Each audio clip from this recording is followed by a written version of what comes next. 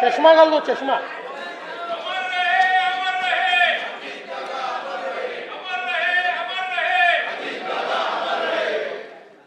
माननीय अध्यक्ष महोदय, मी आज या सभागृहासमोर सन 2026-27 या वर्षाचा अर्थसंकल्प सादर करण्याकरता उभा आहे. हा अर्थसंकल्प केवळ आगामी वर्षाचा जमा खर्च नसून तो विकसित महाराष्ट्र 2047 कडे जाणाऱ्या आपल्या प्रवासाचा एक महत्त्वाचा टप्पा आहे. आपल्या सर्वांचे आराध्य दैवत युगपुरुष छत्रपती शिवाजी महाराज, धर्मवीर स्वराज्य रक्षक छत्रपती संभाजी महाराज, स्वराज्य जननी जिजाऊ माँसाहेब, छत्रपती राजश्री शाहू महाराज, महामानव डॉक्टर बाबासाहेब आंबेडकर, राजमाता पुण्यश्लोक अहिल्यादेवी होळकर, क्रांतिज्योती सावित्रीबाई फुले, साहित्यरत्न लोकशाहीर अण्णाभाऊ साठे या सर्व महामानवांना मी अभिवादन करतो. आधुनिक भारतातील सामाजिक क्रांतीचे अग्रदूत थोर समाजसुधारक ज्योतिराव फुले यांच्या जन्माला 11 एप्रिल 2027 रोजी 200 वर्ष पूर्ण होत आहेत. त्या निमित्ताने सन 2026-27 या वर्षात महात्मा फुले यांच्या कार्याचा गौरव करण्यासाठी एक समिती स्थापन करून विविध सामाजिक उपक्रम राबविण्यात येतील व त्यासाठी आवश्यक निधी उपलब्ध करून देण्यात येईल. संत गाडगेबाबा यांचे हे 150वे जयंती वर्ष आहे.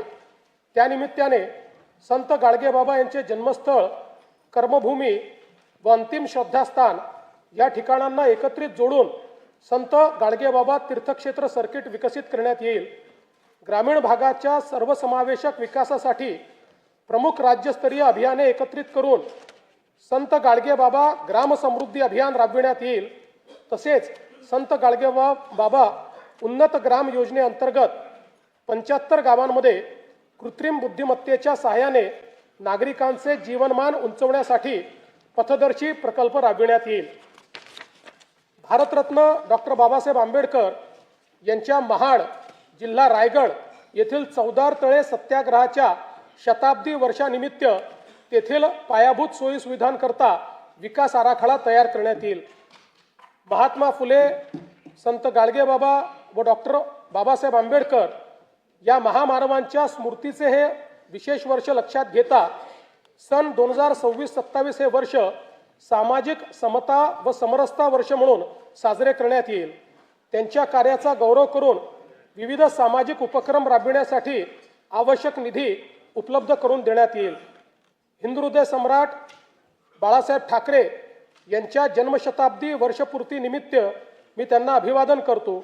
त्यांच्या दादर मुंबई येथील राष्ट्रीय स्मारकाचे पहिल्या टप्प्याचे काम पूर्ण झाले असून दुसऱ्या टप्प्याचे काम जून 2026 पर्यंत पूर्ण करण्याचे नियोजन आहे. तसेच त्यांच्या स्मृतीप्रित्यर्थ काही योजना देखील राज्य सरकार सुरू करणार आहे. त्याचं सविस्तर माहिती पुढे सांगण्यात येईल. कालच जगद्गुरू संत तुकाराम महाराज बीज सोहळा संपन्न झाला. संत तुकाराम महाराजांना वंदन करून देहू येथील राष्ट्रसंत जगद्गुरू संत तुकाराम महाराजांच्या जन्मस्थानाच्या जतन व संवर्धनासाठी विकास आराखडा हाती घेण्याची मी घोषणा करतो. अध्यक्ष महोदय, हे भाषण करताना माझे मन अत्यंत जड झाले आहे. सर्वाधिक वेळा उपमुख्यमंत्रीपद आणि दीर्घकाळ वित्त विभागाची धुरा सांभाळलेले राज्याचे लाडके नेते माननीय अजितदादा पवार आज आपल्यात नाहीत. त्यांच्या जाण्याने राज्याच्या सार्वजनिक जीवनात आणि प्रशासनात कधीही भरून न निघणारी मोठी पोकळी निर्माण झाली आहे. त्यांनी एकूण 11 वेळा राज्याचा अर्थसंकल्प मांडला. अजितदादा व अर्थसंकल्प हे नाते दृढ झाले होते. त्यांच्या करड्या शिस्तीमुळेच महाराष्ट्राची वित्तीय स्थिती कठीण काळातही स्थिर राहिली. काम करणारा माणूस ही त्यांची ओळख आणि त्यांनी दिलेली विकासाची दिशा आजही आपल्याला प्रेरणा देत आहे. त्यांना श्रद्धांजली म्हणून सर्व मान्यवरांशी चर्चा करून त्यांच्या व्यक्तिमत्वाला साजेसे भव्य स्मारक उभारण्यात येईल.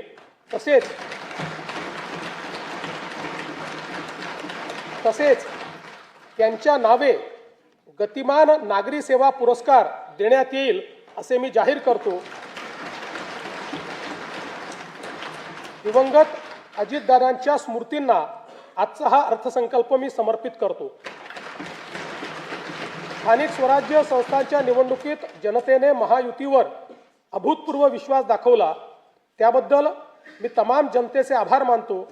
स्थानिक स्वराज्य संस्थांच्या प्रगतीसाठी महायुती सरकार कटिबद्ध राहील याची मी ग्वाही देतो.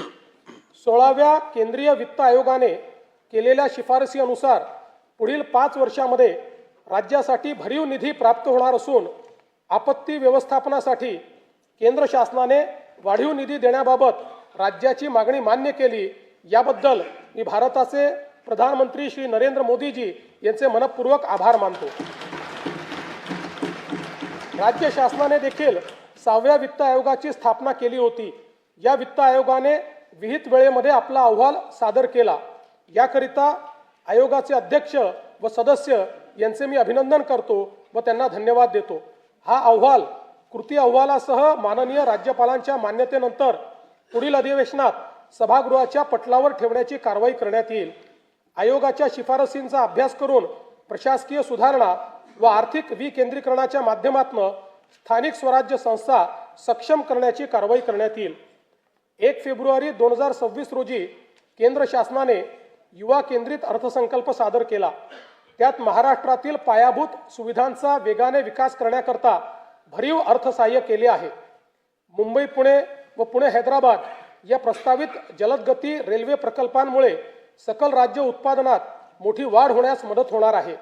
राज्यातील जनतेच्या वतीने मी भारताचे लोकप्रिय पंतप्रधान माननीय नरेंद्र मोदीजी यांचे मनपूर्वक आभार मानतो.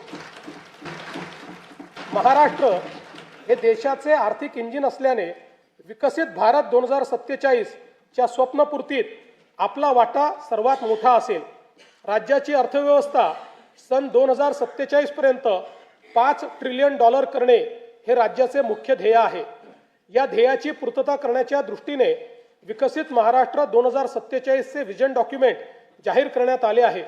त्यानुसार सन 2029-30 पर्यंत साध्य करावयाची अल्पकालीन उद्दिष्टे, राज्याचे अमृत महोत्सवी वर्ष सन 2035 पर्यंत साध्य करावयाची मध्यमकालीन उद्दिष्टे आणि भारतीय स्वातंत्र्याचे शताब्दी वर्ष सन 2047 पर्यंत साध्य करावयाची दीर्घकालीन उद्दिष्टे निश्चित करण्यात आली आहेत. राज्याच्या प्रादेशिक संतुलित विकासाला चालना देण्याकरता 4 प्रमुख स्तंभ ठरवण्यात आले आहेत. 1 प्रगतिशील, 2 शाश्वत, 3 सर्वसमावेशक आणि 4 सुशासन. या 4 स्तंभाच्या अंतर्गत 16 उपक्षेत्रे निश्चित करण्यात आली आहेत. सन 2047 साली विकसित महाराष्ट्राची इमारत उभी करण्याकरिता इथून पुढे येणाऱ्या सर्व अर्थसंकल्पात विकसित महाराष्ट्राच्या संकल्पाचे प्रतिबिंब दिसणार आहे. या संकल्पाची दिशा कशी असेल हे या वर्षीच्या अर्थसंकल्पात मी स्पष्ट करणार आहे. जब इरादा बना लिया है ऊंची उड़ान का, भास्कर राव, जब इरादा बना लिया है ऊंची उड़ान का, फिर देखना फिजूल है कद आसमान का.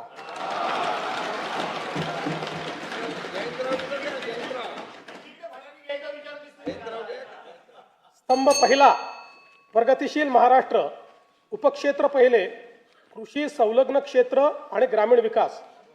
राज्याचा कृषी GDP सन 2047 पर्यंत $55 अब्ज वरनं $500 अब्ज वर नेण्याचे उद्दिष्ट ठेवण्यात आले आहे. राज्याचा पोशिंदा बळीराजाला केंद्रस्थानी ठेवून शेतीमालाला जागतिक बाजारपेठ उपलब्ध होण्याकरता 10 ते 15 पिकांसाठी एकात्मिक मूल्य साखळी तयार करण्यात येईल. शेतकऱ्यांना सुलभतेने सेवा देण्याकरता ॲग्रिस्टॅक, महावेद, महाडीबीटी आणि इतर डिजिटल प्लॅटफॉर्म्सद्वारे शेतकऱ्यांसाठी एकात्मिक परिसंस्था निर्माण करण्याचे उद्दिष्ट आहे. महाराष्ट्र आज कृत्रिम बुद्धिमत्ता, AI आणि डिजिटल शेतीमध्ये देशभर 30 लाखाहून अधिक शेतकऱ्यांना हवामान अंदाज, पीक सल्ला आणि बाजारभावाची अचूक माहिती मिळत आहे. हा प्लॅटफॉर्म खऱ्या अर्थानं शेतकऱ्यांचा डिजिटल सहकारी आहे. आदिवासी शेतकऱ्यांसाठी आम्ही महाविस्तारमध्ये देहवाली भिली भाषेचा समावेश केला आहे. लवकरच इतर प्रमुख आदिवासी भाषाही यामध्ये जोडल्या जातील। ज्यांच्याकडे स्मार्टफोन नाही अशा शेतकऱ्यांसाठी आम्ही वसुधा ही व्हॉइस सेवा सुरू केली आहे। या फोन कॉलवरच पिकांचे आरोग्य आणि कीड व्यवस्थापनाचा सल्ला दिला जात आहे। Agriculture data exchange and sandbox आणि राज्यातील 4ही कृषी विद्यापीठांमध्ये artificial intelligence innovation and incubation centre स्थापन करण्यात येत आहे। यामुळे कृषी स्टार्टअप्सला मोठी चालना मिळेल। या आधुनिक तंत्रज्ञानामुळे शेतीच्या उत्पादन खर्चात 25% कमतरता होऊन शेतकऱ्यांचे उत्पन्न वाढण्यास मोठी मदत होणार आहे। कृषी क्षेत्रातील डेटा व डिजिटल सेवांच्या माध्यमातून शासनाच्या विविध योजनांचा लाभ शेतकऱ्यांपर्यंत जलद व पारदर्शकपणे पोहोचवण्यासाठी राज्यात ॲग्रिस्टॅक योजना राबविण्यात येत आहे। शेतकऱ्यांना फार्मर आयडी देण्यात महाराष्ट्र देशातील अग्रगण्य राज्य असून फेब्रुवारी 2026 पर्यंत 1,31,00,000 फार्मर आयडी तयार झाले आहेत। या योजनेत आम्ही आदिवासी वनपट्टेधारक शेतकरी यांचा देखील समावेश करत आहोत। कृषी समृद्धी योजनेअंतर्गत सन 2026-27 ते सन 2029-30 या 4 वर्षाच्या कालावधीत राज्यातील कृषी क्षेत्रात भांडवली गुंतवणूक वाढवून पायाभूत सुविधा निर्माण करण्यात येतील। राज्यात 5 लाख हेक्टर क्षेत्र नैसर्गिक शेतीखाली आणून सकस व पोषणयुक्त नैसर्गिक शेतीमाल उत्पादित करण्यासाठी आगामी 2 वर्षांमध्ये महाराष्ट्र नैसर्गिक शेती अभियान या नवीन योजनेची अंमलबजावणी करण्यात येणार आहे। गोपीनाथ मुंडे अपघात सानुग्रह अनुदान योजनेत शेतमजुरांचा देखील समावेश करण्यात येईल। राज्याच्या कृषी उत्पन्नात पशुपालनाचा वाटा 25% आहे। ही व्याप्ती वाढवण्यासाठी आम्ही मुख्यमंत्री ग्रामीण पशुधन उद्योजक योजना सुरू करत आहोत। पशुसंवर्धन आणि मत्स्य व्यवसायाला आता कृषी समकक्ष दर्जा देण्यात आला आहे। त्यामुळे या क्षेत्रालाही शेतीप्रमाणे सर्व पायाभूत सुविधा आणि सवलती मिळतील, ज्यामुळे मत्स्य आणि पशुजन्य उत्पादनात मोठी वाढ होईल। संयुक्त राष्ट्र संघटनेने हे वर्ष आंतरराष्ट्रीय महिला शेतकरी वर्ष म्हणून घोषित केले आहे। त्यानिमित्त महिला गोपालक, कुक्कुटपालक आणि शेळीपालकांसाठी आम्ही विशेष प्रोत्साहनपर कार्यक्रम राबविणार आहोत। मत्स्य व्यवसाय क्षेत्राच्या विकासासाठी प्रतिवर्षी 1,240 कोटी रुपये आर्थिक भाराच्या मुख्यमंत्री मत्स्य संपदा योजनेस मान्यता देण्यात आली आहे। या योजनेमुळे राज्यातील मच्छीमारांचे आर्थिक व सामाजिक विकासाबरोबरच पायाभूत सुविधा निर्मितीमुळे मत्स्य उत्पादनात वाढ होणार आहे। मुख्यमंत्री ग्राम सडक योजना टप्पा 1 अंतर्गत 97% कामे 30,000 किलोमीटरपेक्षा जास्त पूर्ण झाली असून उर्वरित कामे मार्च 2026 पर्यंत पूर्ण करण्याचे नियोजन आहे। टप्पा 2 अंतर्गत 2,450 किलोमीटर रस्त्यांची कामे पूर्ण झाली असून उर्वरित कामे प्रगतीपथावर आहे।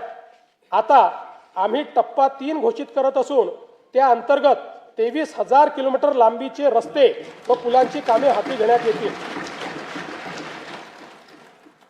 ग्रामीण भागातील शेतपालन रस्त्याच्या मजबूतीकरणासाठी पूर्ण यंत्रसामुग्रीच्या साहाय्याने जलद गतीने काम करण्याकरिता सोपी व सुलभ कार्यपद्धती असलेल्या मुख्यमंत्री बळीराजा शेतपालन रस्ते या नवीन योजनेस मान्यता देण्यात आली आहे। प्रधानमंत्री ग्राम सडक या योजनेचा भाग 1 व 2 अंतर्गत 99% कामे 26,758 किलोमीटर रस्ते व 782 पूल पूर्ण झाली आहेत। प्रधानमंत्री ग्राम सडक योजनेचा भाग 3 अंतर्गत 6,331 किलोमीटर लांबीचे 393 रस्त्यांच्या कामापैकी 5,086 किलोमीटर लांबीची 6,673 कामे तसेच 223 पुलांच्या कामांपैकी 57 पुलांची कामे पूर्ण झाली आहेत। उर्वरित कामे प्रगतीपथावर आहेत। प्रधानमंत्री ग्राम सडक योजना भाग 4 अंतर्गत लोकवस्तीशी न जोडलेल्या वाड्या वस्त्या बारमाही रस्त्याने जोडण्याची कामे हाती घेण्यात येणार आहेत। प्रधानमंत्री आवास योजना ग्रामीण टप्पा 2 अंतर्गत सन 2024-25 व 25-26 करिता 27,87,000 मंजूर घरकुलांपैकी 3,57,000 घरकुले पूर्ण झाली असून उर्वरित घरकुलांची कामे प्रगतीपथावर आहेत।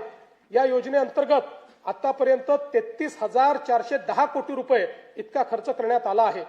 प्रधानमंत्री आवास योजना शहरी व ग्रामीण अंतर्गत बांधण्यात येणाऱ्या घरांवर रूफटॉप सोलर लावण्यासाठी अतिरिक्त अनुदान उपलब्ध करून ऊर्जा स्वावलंबन साध्य करण्यात येणार आहे। PM जनमन आवास योजनेअंतर्गत 54,129 घरकुलांना मंजूर देण्यात आली असून 17,929 घरकुलांचे बांधकाम पूर्ण झाले आहे। उपक्षेत्र दुसरे उद्योग।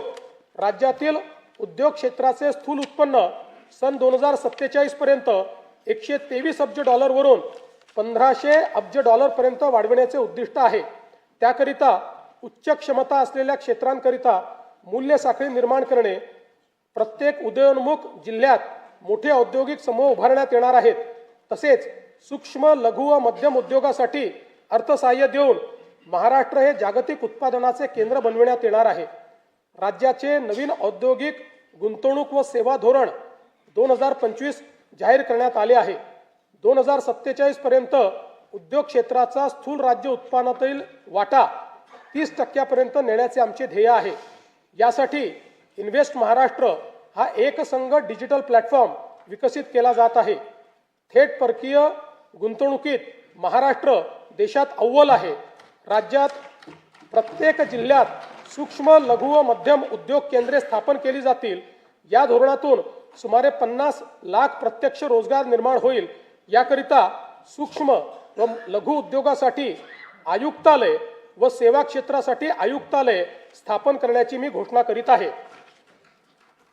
केंद्र शासनाकडून नवी दिल्ली येथे आयोजित राष्ट्रीय एक जिल्हा एक उत्पादन पुरस्कार 2025 सोहळ्यामध्ये महाराष्ट्र राज्याला सुवर्ण पुरस्काराने सन्मानित करण्यात आलं आहे।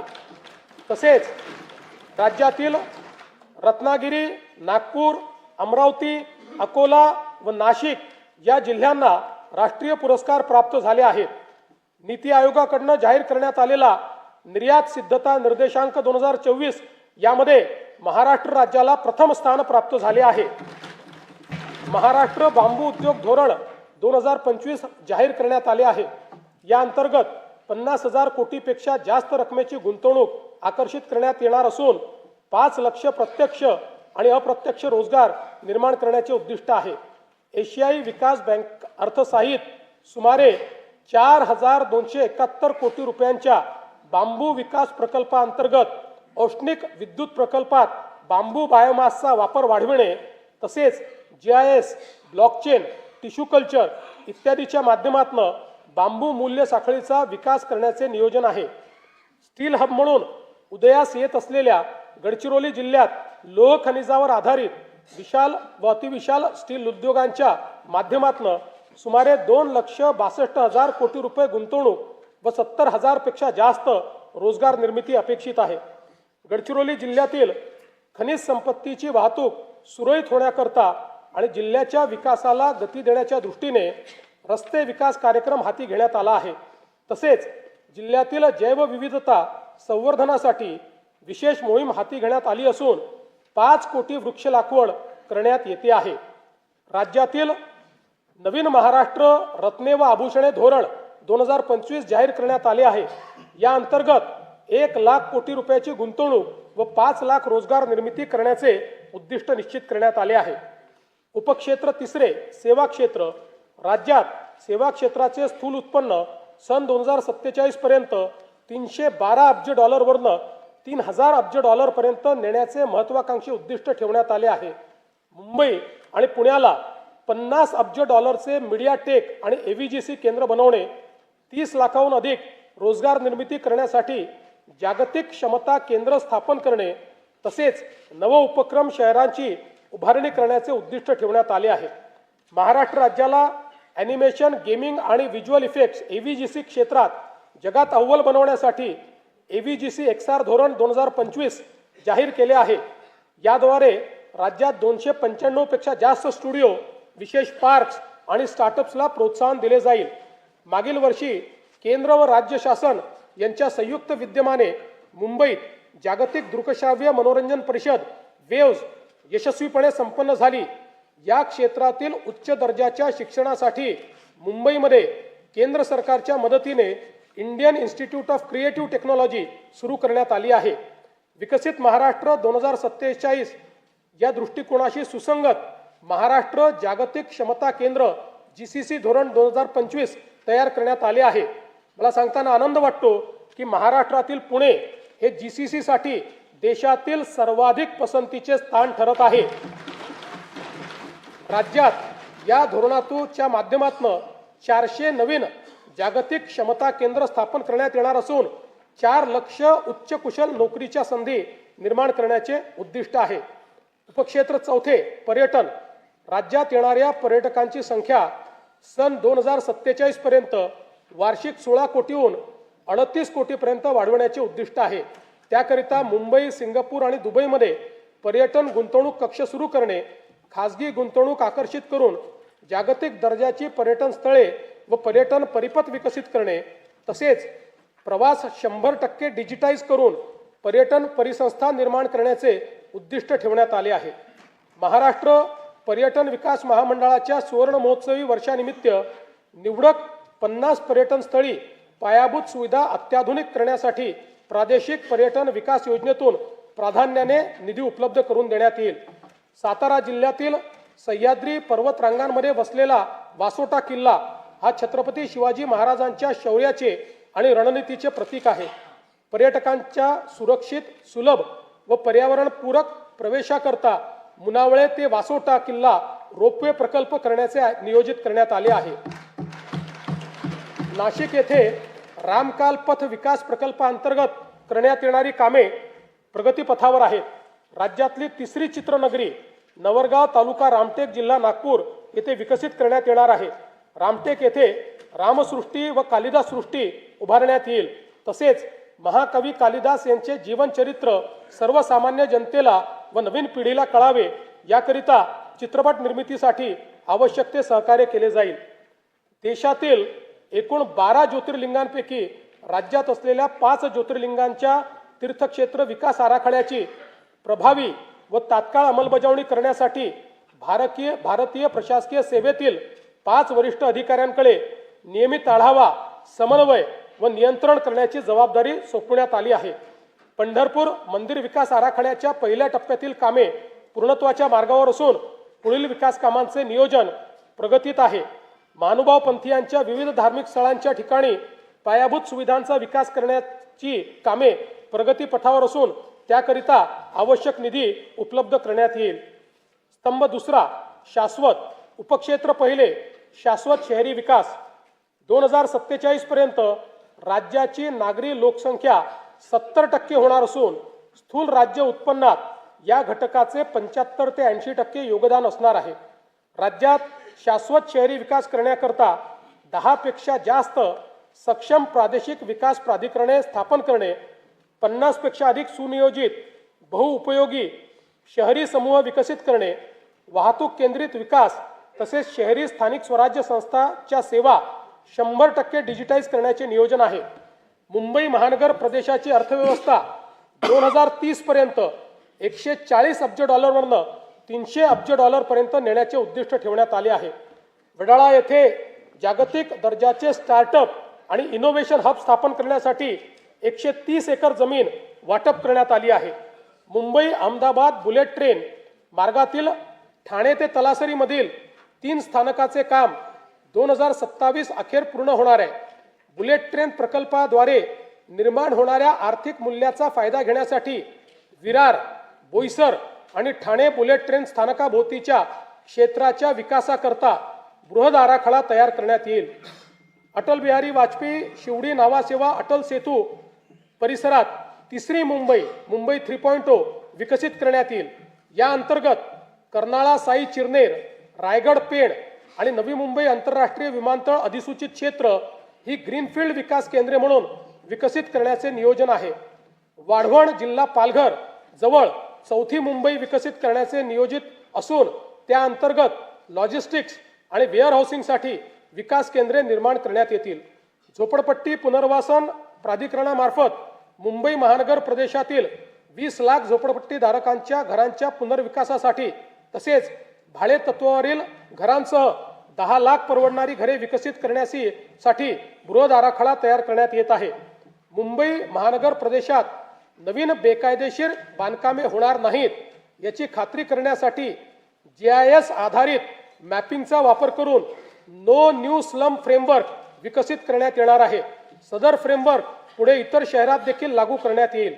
केंद्र शासनाकडून नीती आयोगामार्फत देशभरातील निवडक क्षेत्रांचा आर्थिक वाढीचा रोडमॅप तयार करण्यात येत आहे।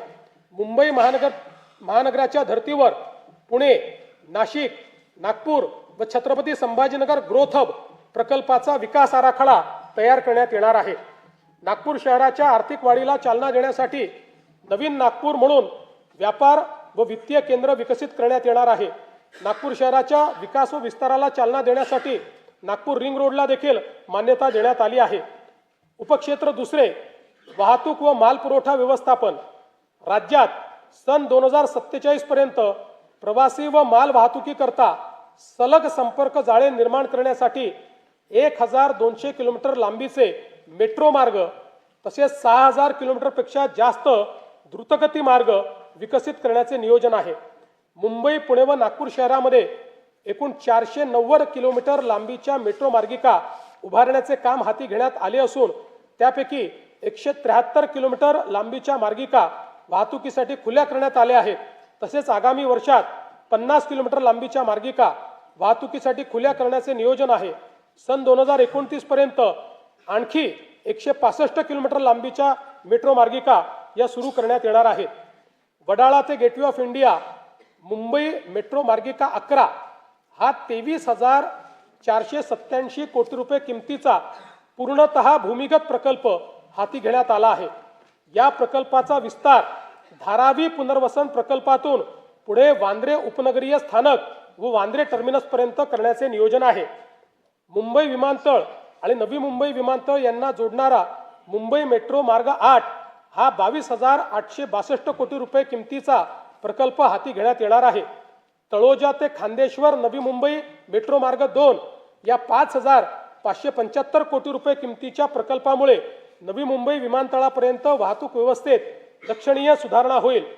रस्त्यावरील वाहतूक कोंडी दूर करण्यासाठी मुंबई आणि पुणे शहरात भुयारी मार्गांचे जाळे उभारण्याचा शासनाचा मानस आहे। मुंबई शहरातील ऑरेंज गेट पूर्व मुक्त मार्ग ते मरीन ड्राईव्ह दरम्यान भुयारी मार्ग प्रकल्पाच्या लॉन्चिंग शाफ्टचे बांधकाम पूर्ण झाले आहे। हा प्रकल्प डिसेंबर 2028 पर्यंत पूर्ण करण्याचे नियोजन आहे। मुंबईतील पूर्व आणि पश्चिम परिसराला जोडणाऱ्या गोरेगाव मुलुंड या भुयारी मार्गाच्या पहिल्या टप्प्याचे काम अंतिम स्तरावर आहे। ठाणे ते बोरिवली या 18,838 कोटी रुपये किमतीच्या भुयारी मार्गाचे काम प्रगतीपथावर असून जून 2028 पर्यंत तो पूर्ण करण्याचे नियोजन आहे। खारघर ते तुर्भे या सुमारे 6 किलोमीटर लांबीच्या 2,100 कोटी रुपये किमतीच्या भुयारी मार्गाचे काम सप्टेंबर 2028 पर्यंत पूर्ण करण्याचे नियोजन आहे। एकात्मिक भुयारी मार्ग रस्ता प्रकल्पांतर्गत वांद्रे वरळी सागरी सेतू ते बुलेट ट्रेन स्थानक, वांद्रे कुर्ला संकुल ते छत्रपती शिवाजी महाराज आंतरराष्ट्रीय विमानतळ जोडण्यात येणार आहे। गायमुख जंक्शन ते फाउंटन हॉटेल जंक्शन दरम्यान सुमारे 6 किलोमीटर लांबीचा भुयारी मार्ग व फाउंटन हॉटेल ते भाईंदर दरम्यान 9 किलोमीटर लांबीचा उन्नत मार्ग प्रस्तावित आहे। पूर्वेकडील अटल सेतू ते पश्चिमेकडील सागरी किनारा मार्ग आणि वांद्रे वरळी सागरी सेतू यांच्या दरम्यान सिग्नल विरहित वाहतुकीकरता शिवडी वरळी या उन्नत मार्गाचे काम प्रगतीपथावर असून सप्टेंबर 2026 पर्यंत हे काम पूर्ण करण्याचे नियोजन आहे। ऐरोली ते कटई नाका या उन्नत मार्गाचे भाग 3 चे काम हाती घेण्यात येत आहे। ठाणे ते नवी मुंबई आंतरराष्ट्रीय विमानतळ असा उन्नत मार्ग बांधण्याच्या प्रकल्पाला मान्यता देण्यात आली आहे। अटल सेतू ते मुंबई पुणे द्रुतगती मार्गापर्यंत 1,102 कोटी रुपये किमतीचा उन्नत मार्ग फेब्रुवारी 2027 पर्यंत पूर्ण करण्याचे नियोजन आहे। दक्षिण मुंबईला समृद्धी महामार्गाशी थेट जोडण्याकरता छेडानगर ते आनंदनगर व आनंदनगर ते साकेत ठाणे या उन्नत मार्गाचे काम डिसेंबर 28 पर्यंत पूर्ण करण्याचे नियोजन आहे। तसेच साकेत ते आमणे या उन्नत मार्गाच्या कामाचा प्रकल्प अहवाल तयार करण्यात येत आहे। स्वातंत्र्यवीर सावरकर वांद्रे वर्सोवा सागरी सेतू या 18,121 कोटी रुपये किमतीच्या प्रकल्पाचे 4ही टप्प्याचे काम प्रगतीत असून हा प्रकल्प मे 2028 पर्यंत अखेरपर्यंत पूर्ण करण्याचे नियोजन आहे। वर्सोवा दहिसर भाईंदर या 22,166 कोटी रुपये किमतीच्या सुमारे 60 किलोमीटर लांबीचा किनारी मार्ग प्रगतीत असून डिसेंबर 28 अखेरपर्यंत पूर्ण करण्याचे नियोजन आहे. मुंबई वाढवण द्रुतगती जोडणी करण्याकरता उत्तम ते विरार या सुमारे 58,754 कोटी रुपये किमतीच्या सागरी सेतूचे काम हाती घेण्यात येत आहे. बाळकुम ते गायमुख या ठाणे किनारी रस्ता प्रकल्पाचे काम प्रगतीपथावर असून प्रकल्प डिसेंबर 2028 पर्यंत पूर्ण करण्याचे नियोजन आहे. अटल सेतूला नवी मुंबई आंतरराष्ट्रीय विमानतळाशी जोडण्याकरता उल्वे किनारी मार्गाचे काम जुलै 2026 पर्यंत पूर्ण करण्याचे नियोजन आहे.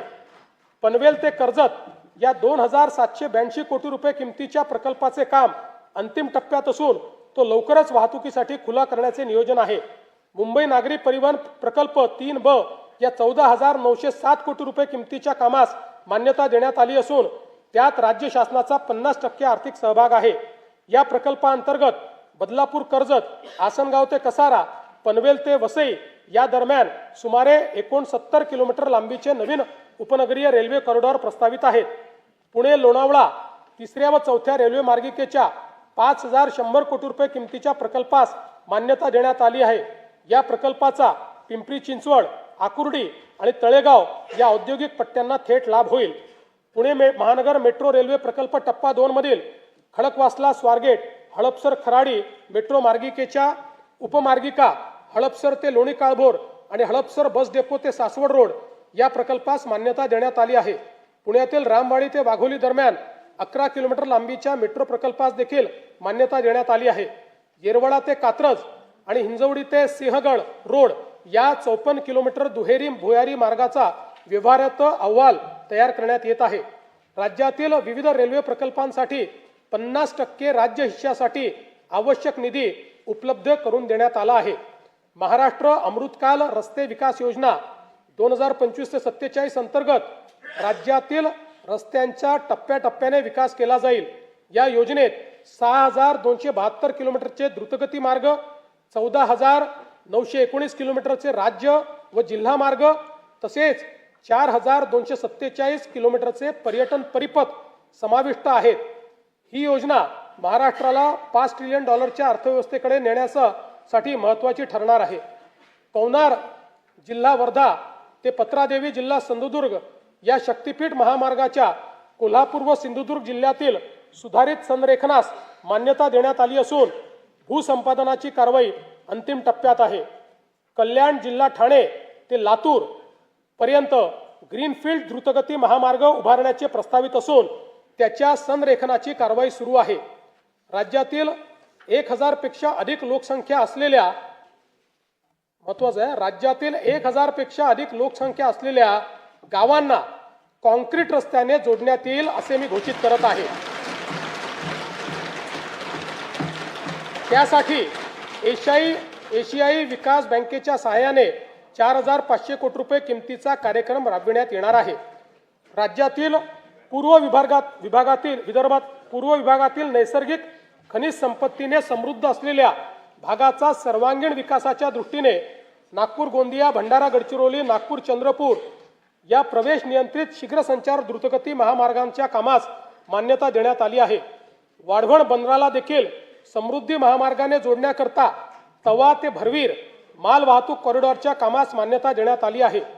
पुणे ते शिरूर हे 53 किलोमीटर लांबीचे 7,514 कोटी रुपये किमतीचे उन्नत मार्गाचे काम मंजूर करण्यात आले आहे.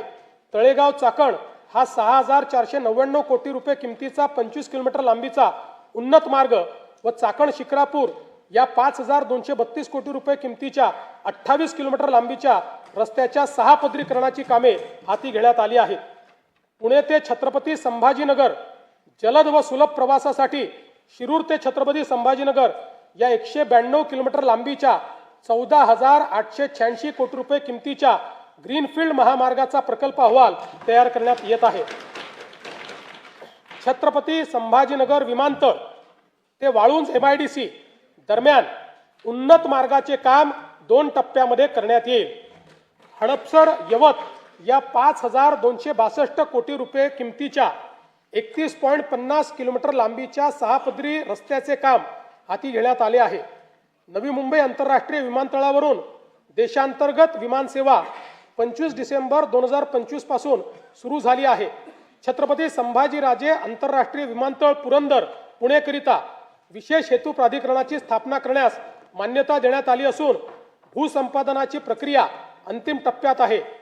गडचिरोली येथे ग्रीनफील्ड विमानतळासाठी भूसंपादनाची प्रक्रिया सुरू करण्यात आलेली आहे.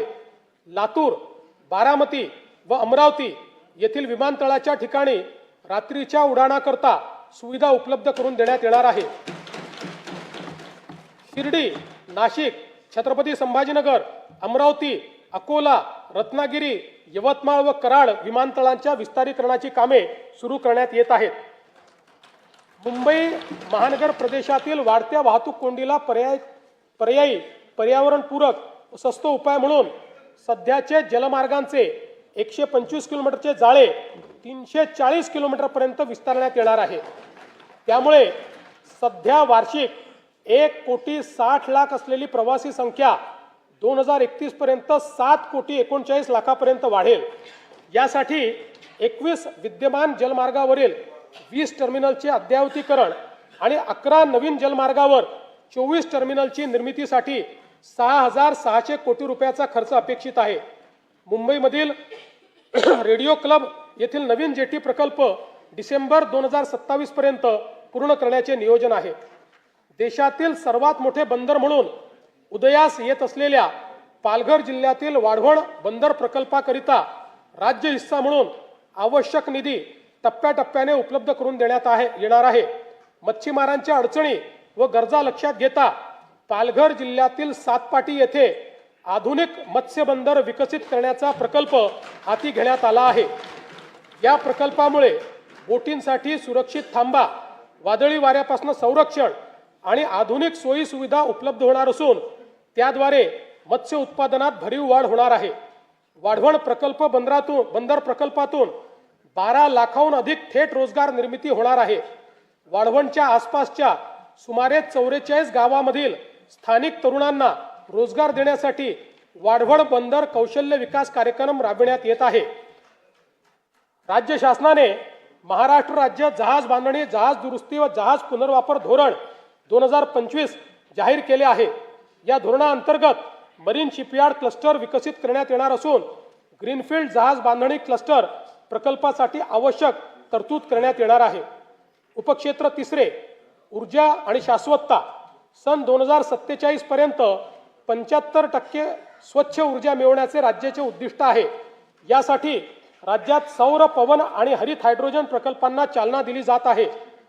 मुख्यमंत्री बळीराजा मोफत वीज योजनेअंतर्गत 7.5 हॉर्स पॉवर पर्यंतच्या कृषी ग्राहकांना वीज बिलामध्ये 100% सवलतीच्या अनुषंगाने योजनेच्या अंमलबजावणीपासून तर फेब्रुवारी 2026 पर्यंत 32,756 कोटी रुपये वितरित केले आहेत आणि सन 2026-27 मध्येही ही योजना सुरूच राहणार आहे आणि त्याकरता 20,000 कोटी रुपये एवढा निधी आरक्षित करण्यात आलेला आहे. मुख्यमंत्री सौर कृषी वाहिनी 2.0 अंतर्गत एकूण 16,000 मेगावॅट सौर ऊर्जा क्षमता स्थापित करण्याचे उद्दिष्ट ठरविण्यात आले आहे. त्यामुळे राज्यातील 100% कृषी पंप ग्राहकांना दिवसा वीज पुरवठा करण्याचा उद्देश साध्य होणार आहे. या योजनेअंतर्गत आतापर्यंत 3,449 मेगावॅट क्षमता कार्यान्वित झाली असून डिसेंबर 26 पर्यंत सुमारे 10,000 मेगावॅट अतिरिक्त क्षमता ही निर्माण होणार आहे. प्रधानमंत्री कुसुम घटक ब योजनेअंतर्गत मागेल त्याला सौर कृषी पंप योजनेअंतर्गत एकूण 6,63,324 सौर कृषी पंप स्थापित करण्यात आले आहेत. कुसुम घटक ब योजनेच्या अंमलबजावणीमध्ये महाराष्ट्र राज्य हे देशात प्रथम क्रमांकावर आहे.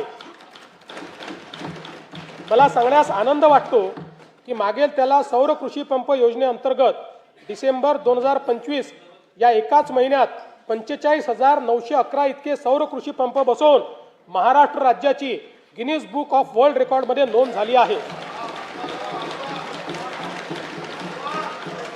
प्रधानमंत्री सूर्यघर मोफत वीज योजनेची अंमलबजावणी देशात राज्य दुसऱ्या क्रमांकावर आहे.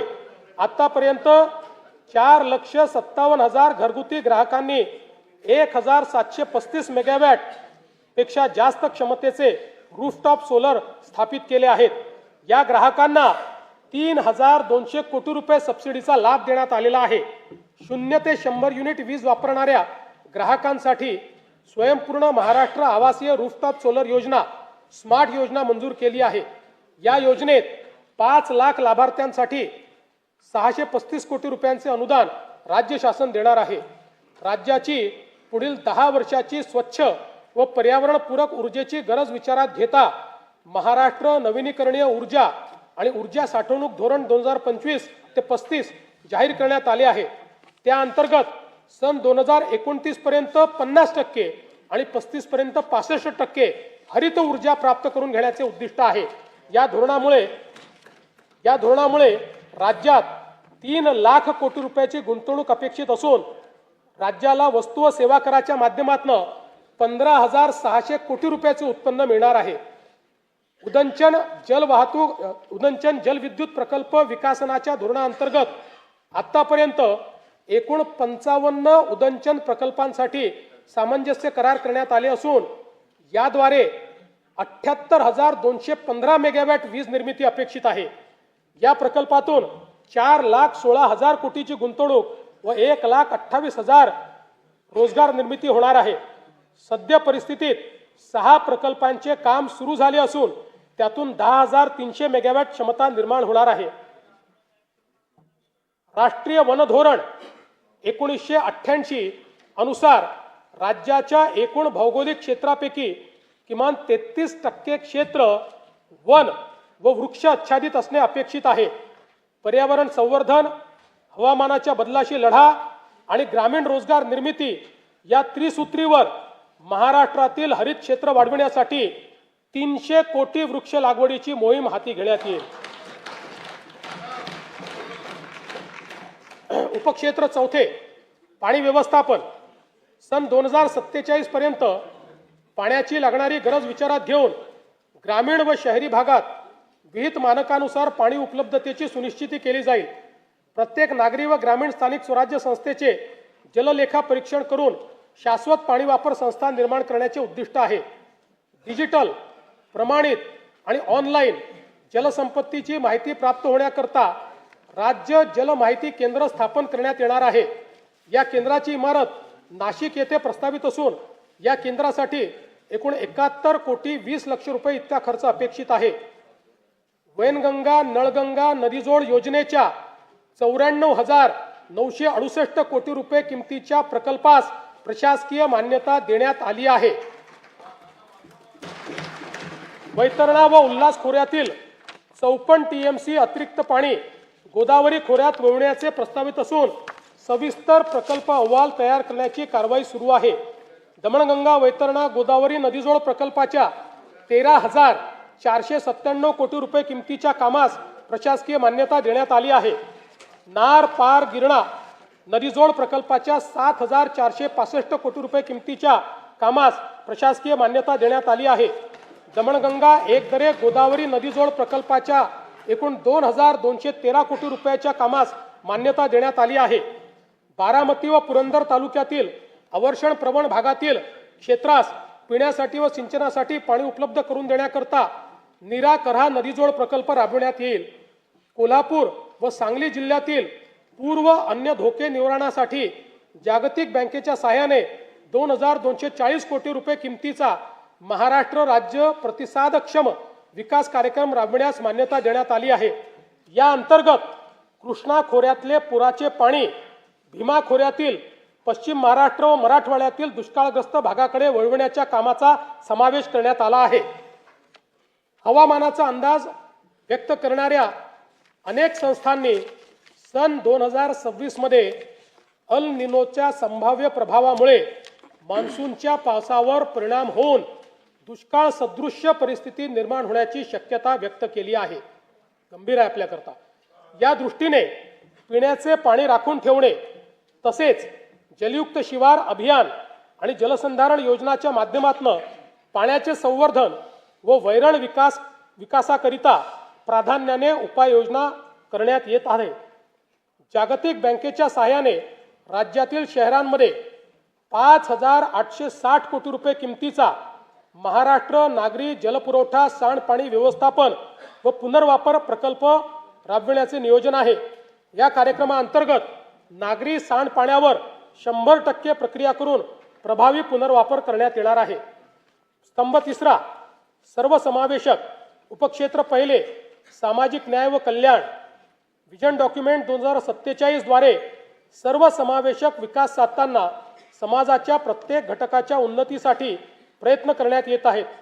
सर्व बालकांसाठी सुरक्षित आणि पोषणक्षम वातावरणाची हमी, महिला नेतृत्वाखालील उद्योजकता वाढविणे, ज्येष्ठ नागरिकांना आरोग्यदायी, सुरक्षित व सन्मानजनक जीवनाची खात्री तसेच शाश्वत व वैविध्यपूर्ण उपजीविका निर्माण करण्याचे उद्दिष्ट आहे। महत्त्वाचा विषय पाणी पिऊन देतो। पाणी कुठे ठेवलं माझं?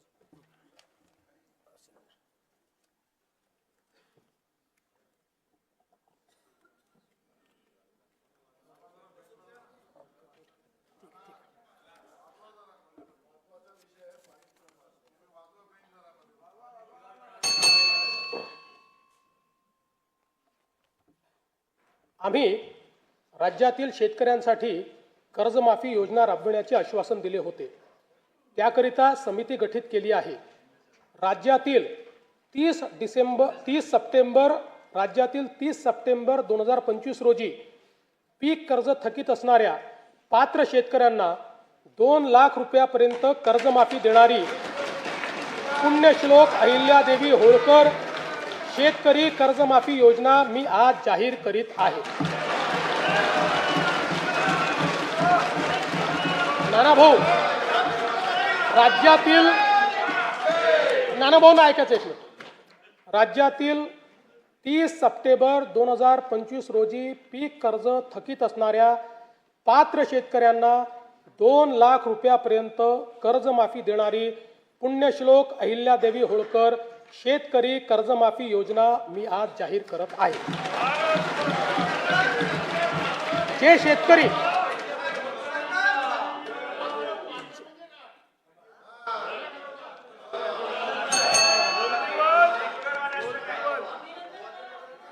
तुम्ही पण जाहीर केले तर पात्रच म्हटलं होतं, पात्रच म्हणावं लागतं, अपात्राला देता येत नाही।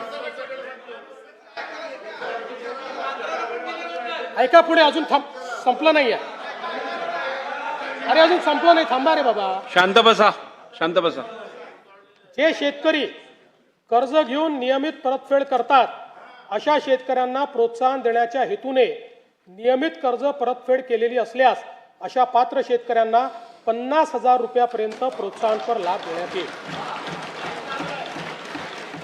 कर्जमाफी तसेच प्रोत्साहनपर लाभ देण्याबरोबर कोकणाला हे जास्त महत्त्वाचं आहे, कारण कोकणातले लोक सगळे कर्ज परत करतात। कर्जमाफी तसेच प्रोत्साहनपर लाभ देण्याबरोबरच राज्यातील बँकिंग यंत्रणा सक्षम असावी यासाठी समितीच्या शिफारसीतील निकषानुसार निर्णय घेण्यात येईल। शेतकरी वारंवार कर्जबाजारी न होता त्याला कायमस्वरूपी कर्जमुक्त करण्याचा शासनाचा संकल्प असून याबाबत समितीच्या शिफारसी अनुसार दीर्घकालीन उपाययोजना करण्यात येत आहेत। अनुसूचित जाती घटकांच्या सर्वांगीण विकासासाठी राजश्री शाहू महाराज शिष्यवृत्ती योजना, विद्यार्थी वसतिगृहे, भारतरत्न डॉक्टर बाबासाहेब आंबेडकर कृषी स्वावलंबन योजना, लोक साहित्यरत्न लोकशाहीर अण्णाभाऊ साठे नागरी वस्ती सुधार योजना इत्यादी योजना राबविण्यात येत आहेत। महात्मा फुले मागासवर्गीय विकास महामंडळ, साहित्यरत्न लोकशाहीर अण्णाभाऊ साठे विकास महामंडळ, संत रोहिदास चर्मोद्योग आणि चर्मकार विकास महामंडळाद्वारे अनेक योजना राबविण्यात येत आहेत। सन 2026-27 मध्ये अनुसूचित जाती घटक कार्यक्रमाअंतर्गत 23,150 कोटी रुपये इतका नियतव्यय प्रस्तावित आहे। माननीय सर्वोच्च न्यायालयाच्या आदेशानुसार राज्यातील अनुसूचित जातींच्या आरक्षणाचे उपवर्गीकरण करण्याकरिता प्रारूप आराखडा करण्याच्या दृष्टीने समिती गठीत करण्यात आली आहे। समितीचा अहवाल लवकरच अपेक्षित असून शिफारसीनुसार समुचित लाभ देण्याची पुढील आवश्यक कारवाई करण्यात येईल। आदिवासी समाजाच्या सर्वांगीण विकासासाठी राणी दुर्गावती महिला सक्षमीकरण योजना, शबरी आदिवासी वित्त व विकास महामंडळ, डॉक्टर APJ अब्दुल कलाम अमृतहार योजना, नमो आदिवासी स्मार्ट शाळा अभियान, आदर्श आश्रम शाळा, भगवान बिरसा मुंडा जोड रस्ते योजना, ठक्कर वापा आदिवासी विकास योजना तसेच पंडित दीनदयाल उपाध्याय स्वयं योजना आदी कार्यक्रम राबविण्यात येत आहेत. बिरसा मुंडा कृषी क्रांती योजनेत विंधन विहिरी व सौर पंप हा घटक वनक्षेत्रालगतच्या गावातील आदिवासी शेतकऱ्यांना अनुज्ञेय करण्यात आला आहे. कातकरी, कोलाम आणि माडिया या आदिम जमाती तसेच पारधी समाजाच्या सर्वांगीण विकासासाठी विशेष पॅकेजद्वारे निधी राखीव ठेवण्यात येणार आहे. सन 2026-27 मध्ये आदिवासी घटक कार्यक्रमाकरता 21,723 कोटी रुपये इतका नियतव्यय प्रस्तावित आहे. इतर मागासवर्ग, विमुक्त जाती, भटक्या जमाती तसेच विशेष मागास प्रवर्गातील समाजाच्या सर्वांगीण विकासासाठी वसंतराव नाईक विमुक्त जाती व भटक्या जमाती विकास महामंडळ, महाराष्ट्र राज्य इतर मागासवर्गीय वित्त आणि विकास महामंडळाअंतर्गत विविध योजना राबविण्यात येत आहेत. ऊसतोड कामगारांच्या मुलामुलींसाठी संत भगवान बाबा शासकीय वसतिगृह योजना, आश्रमशाळा, विद्यानिकेतन, क्रांतीज्योती सावित्रीबाई फुले शिष्यवृत्ती योजना, डॉक्टर पंजाबराव देशमुख वसतिगृह योजना, वसंतराव नाईक तांडा वस्ती सुधार योजना आदी कार्यक्रम राबविण्यात येत आहेत. धनगर व गोवारी समाजातील लाभार्थ्यांसाठी विविध योजना राबवण्यात येत आहेत. या सर्व योजनांकरता पुरेसा निधी उपलब्ध करून देण्यात येईल. विविध समाज घटकांसाठी रोजगाराभिमुख प्रशिक्षण कार्यक्रम, विद्यार्थ्यांना अधिछात्रवृत्ती तसेच संशोधनाचे काम करण्यासाठी सारथी, बार्टी, आरटी, TRTI, महाज्योती, वनारटी, अमृत आणि मार्टी या संस्था कार्यरत आहेत. या सर्व संस्थांसाठी पुरेशी तरतूद करण्यात आली आहे. तृतीयपंथीयांच्या सर्वांगीण विकासासाठी धोरण जाहीर करण्यात आले असून त्यांच्या स्वयंरोजगार व व्यवसायासाठी बीज भांडवल उपलब्ध करून देण्यास मान्यता देण्यात आली आहे. दिव्यांग व्यक्तींना गुणवत्तापूर्ण व्यावसायिक कौशल्य प्रशिक्षण देऊन रोजगारक्षम करण्याकरता व स्वावलंबन वाढवण्यासाठी राज्यात 36 कौशल्य विकास व उद्योजकता विकास केंद्रे स्थापन करण्यात येणार असून तसेच दिव्यांग लाभार्थ्यांना देण्यात येणारे अर्थसहाय्य यापूर्वीच महिना 1,500 वरून 2,500 रुपयापर्यंत करण्यात आले आहे. दिव्यांगांना शासकीय लाभाच्या सर्व सेवा सुविधा एकाच प्लॅटफॉर्मवर देण्यासाठी दिव्यांग सहाय्यक संकेतस्थळ कार्यान्वित करण्यात आले आहे. दिव्यांगांकरता जिल्हा वार्षिक योजनेअंतर्गत 1% निधी राखून ठेवण्याकरिता निकष निश्चित करण्यात आले आहेत.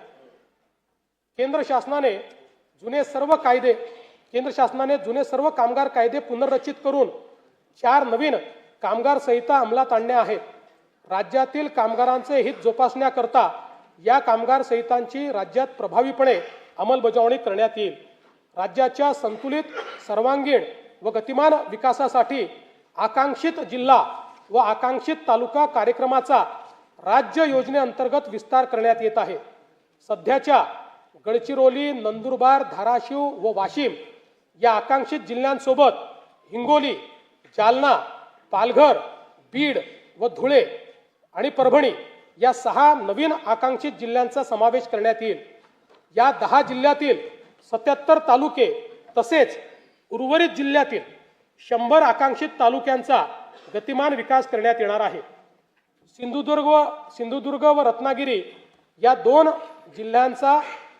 दोन जिल्ह्यांच्या सर्वांकष विकासासाठी सिंधुरत्न समृद्धी योजना सन 2024-25 पर्यंत 3 वर्षासाठी राबविण्यात आली होती.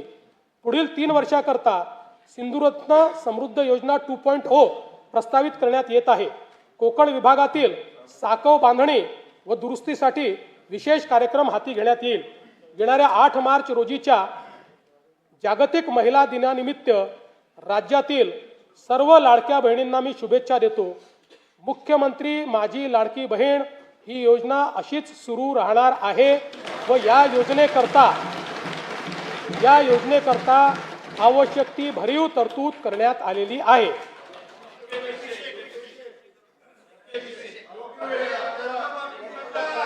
काळजी करू नका. तुमच्या मनातली एक एक गोष्ट आम्हीच पूर्ण करतोय, आम्हीच करत राहणार आहे. फक्त कोर्टात जाऊ नका, योजनेच्या विरुद्ध कोर्टात जाऊ नका.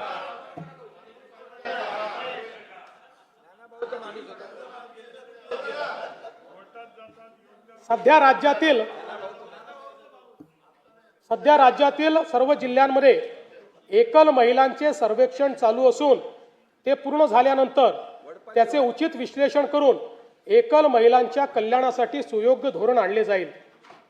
महाराष्ट्र ग्रामीण जीवनोन्नती अभियानाअंतर्गत आतापर्यंत सुमारे 37 लाख लखपती दिदी झाल्या आहेत. सन 2026-27 मध्ये आणखी 25 लाख बहिणींना लखपती दिदी करण्याचे उद्दिष्ट आहे. महाराष्ट्र राज्य ग्रामीण जीवनोन्नती अभियानाअंतर्गत स्थापन करण्यात आलेल्या महिला स्वयंसहायता समूहांच्या वस्तू व उत्पादन विक्रीसाठी हक्काची बाजारपेठ मिळवून देण्याकरता पहिल्या टप्प्यामध्ये 13 जिल्ह्यांमध्ये उमेद मॉल जिल्हा विक्री केंद्र उभारणीस मान्यता देण्यात आलेली आहे. उपक्षेत्र दुसरे, शिक्षण व कौशल्य विकास. राज्यात 100% मूलभूत साक्षरता व संख्याज्ञान व 80%हून अधिक पदवीधरांसाठी रोजगार निर्मितीचे उद्दिष्ट आहे. राष्ट्रीय व आंतरराष्ट्रीय विद्यार्थ्यांना आकर्षित करण्यासाठी 8 ते 10 शैक्षणिक शहरांची उभारणी करणे, युवकांना उद्योग केंद्रीय आणि कौशल्य विकास शिक्षणाद्वारे सुसज्जित करणे, नवोन्मेष आणि उद्योजकतेला प्रोत्साहन देणारे प्रतिभा केंद्र निर्माण करण्याचे नियोजित आहे. नवी मुंबई आंतरराष्ट्रीय विमानतळाच्या परिसरात भारतातील पहिली आंतरराष्ट्रीय दर्जाची एज्युसिटी विकसित करण्यात येत आहे. यामध्ये USA, UK, ऑस्ट्रेलिया व इटली या देशातील 6 आंतरराष्ट्रीय विद्यापीठांशी सामंजस्य करार करण्यात आले आहेत. या सर्व विद्यापीठांचे अभ्यासक्रम याच वर्षी सुरू होणार असून या उपक्रमांमुळे राज्यात राष्ट्रीय व आंतरराष्ट्रीय विद्यार्थी ज्ञानार्जना करता येतील. अमरावती शहरातील शिक्षण विभागाची सर्व कार्यालये एकत्रित आणण्यासाठी डॉक्टर पंजाबराव देशमुख शैक्षणिक संकुलाची उभारणी करण्यात येईल. राज्यस्तरीय विज्ञान प्रदर्शनात विशेष प्रावीण्य मिळविणाऱ्या विद्यार्थ्यांचे मनोबल वाढविण्यासाठी आपण बक्षीस रकमेत मोठी वाढ केली आहे. विद्यार्थ्यांमध्ये विज्ञानाची ओढ निर्माण करण्यासाठी मुख्यमंत्री विज्ञान वारी उपक्रमाअंतर्गत विद्यार्थ्यांना इस्रो आणि अमेरिकेतील नासा या जगप्रसिद्ध संस्थांना भेट देण्याची संधी उपलब्ध करून देण्यात येणार आहे.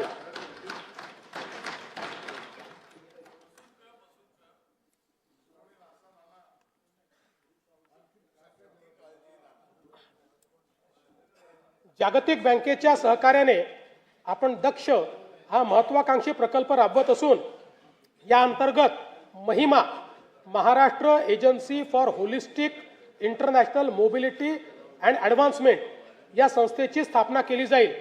या माध्यमातून आपल्या तरुणांना परदेशातील नोकऱ्यांसाठी आवश्यक भाषा, कौशल्य प्रशिक्षण आणि आर्थिक मार्गदर्शन दिले जाईल. राज्यातील समुपदेशन सेवांचा विस्तार व अधिक संघटित व्यवस्था निर्माण करण्यासाठी 36 नवदिशा केंद्रे स्थापन करण्यात येतील. मला सांगताना अभिमान वाटतो की केंद्र सरकारच्या आकडेवारीनुसार महाराष्ट्र आज देशाचे स्टार्टअप कॅपिटल ठरले आहे.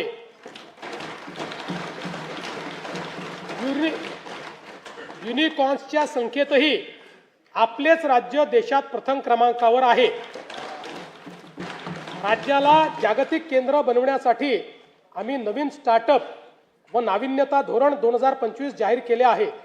पुढील 5 वर्षात 1,25,000 उद्योजक घडवणे आणि 50,000 स्टार्टअप्सला बळ देणे हे आमचे उद्दिष्ट आहे. तळागाळातील नवोद्योजकांना आर्थिक बळ देण्यासाठी आपण मुख्यमंत्री उद्योजकता महाफंड स्थापन करत आहोत. यातून निवडक स्टार्टअप्सला थेट आर्थिक मदत दिली जाईल. या उपक्रमाअंतर्गत 50 सर्वोत्तम स्टार्टअप्सची निवड केली जाईल. त्यांना त्यांचे नाविन्यपूर्ण प्रकल्प शासकीय विभागामध्ये राबविण्यासाठी 25 लाख रुपयापर्यंतची कामे निविदेशिवाय थेट दिली जातील.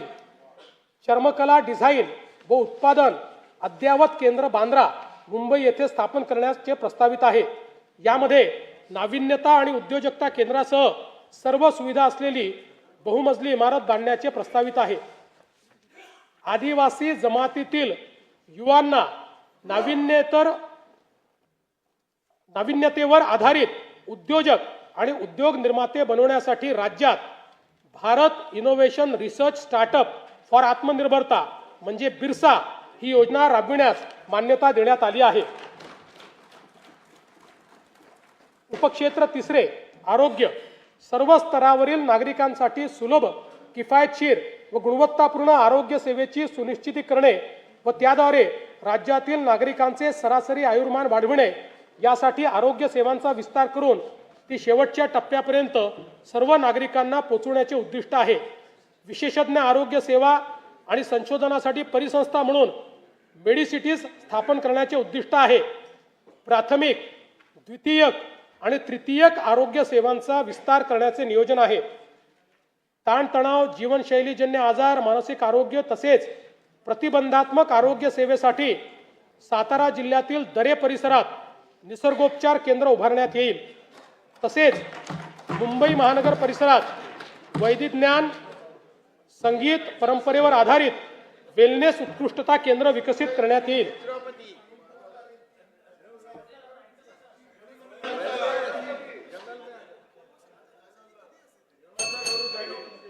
तुम्ही भेट द्यायला या म्हणजे तुम्हाला समजेल. कर्करोग, मधुमेह व हृदयविकार यासारख्या आजारांचे लवकर निदान करण्याकरता एशियाई विकास बँकेच्या सहाय्यतेतून ग्रामीण भागात दरवर्षी तपासणी मोहीम राबवण्यासाठी 4,500 कोटी रुपये किमतीची प्रगती योजना प्रस्तावित आहे. राज्यातील 29 महानगरपालिका, 247 नगर परिषदा आणि 147 नगरपंचायतीमध्ये राष्ट्रीय आरोग्य कार्यक्रम व आरोग्य विभागाच्या सर्व गुणवत्तापूर्ण सुविधा देण्याकरता समन्वय साधणे व कामकाजाचे संनियंत्रण करण्यासाठी शहरी आरोग्य आयुक्तालयाची स्थापना करण्यास मान्यता देण्यात येत आहे. राज्यात डिजिटल सार्वजनिक आरोग्य परिसंस्था निर्माण करण्यासाठी महाराष्ट्र डिजिटल आरोग्य तंत्रज्ञान अभियान राबविण्यात येईल. यामुळे रिअल टाइम डॅशबोर्डच्या आधारे प्रभावी निर्णय प्रक्रिया आणि संनियंत्रण करणे शक्य होईल. आयुष्यमान भारत प्रधानमंत्री जनारोग्य योजना व महात्मा फुले जनारोग्य योजनेअंतर्गत उपचार संख्येत 1,356 वरन 2,399 इतकी वाढ करण्यात आलेली आहे. जवळपास 1,000 आजार त्यात वाढवले आहेत.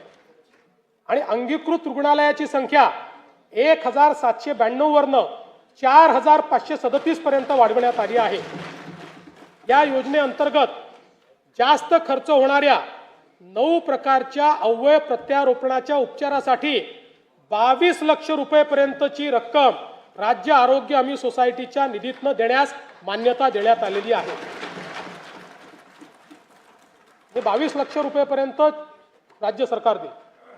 सार्वजनिक आरोग्याच्या सर्वंकष उन्नतीसाठी एम्स व IIMच्या धर्तीवर उच्च गुणवत्तेच्या प्रशिक्षण व संशोधनासाठी नागपूर येथे भारतीय सार्वजनिक आरोग्य संस्थेच्या सहकार्याने महाराष्ट्र सार्वजनिक आरोग्य संस्था स्थापन करण्यात येईल. राज्यात 35 शासकीय वैद्यकीय महाविद्यालय कार्यान्वित आहेत.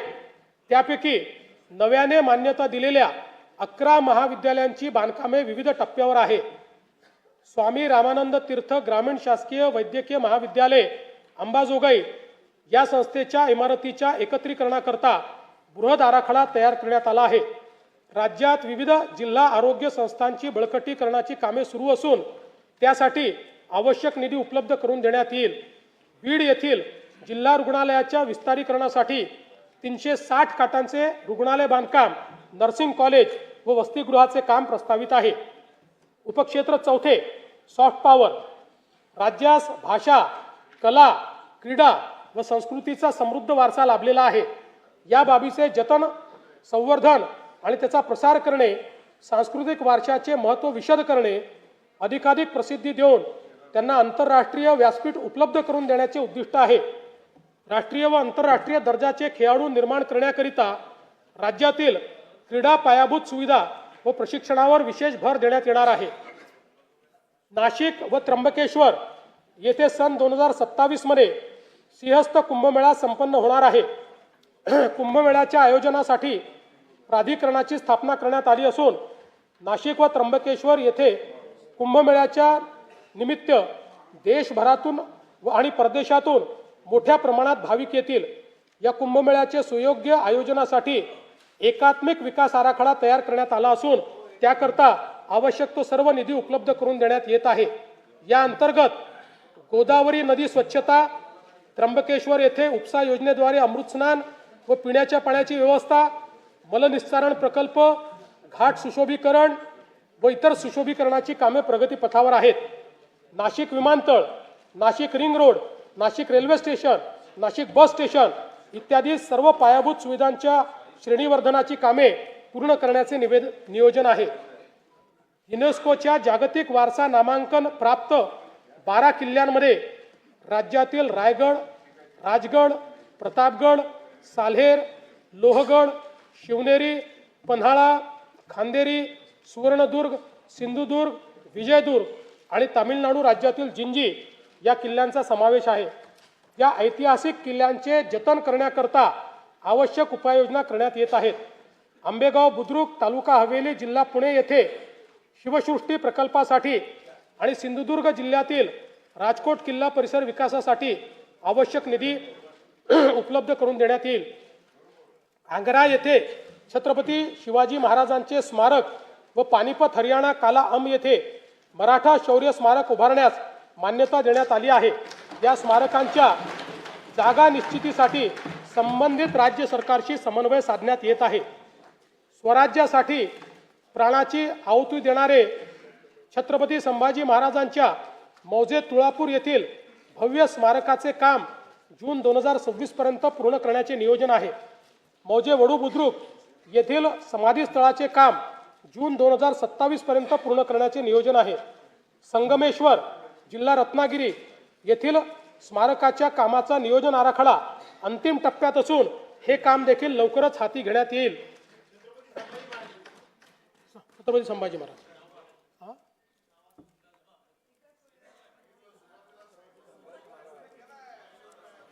त्याच्यात धर्मवीर स्वराज्य रक्षक म्हणायचं राहिलं ते आता ऍड करतो.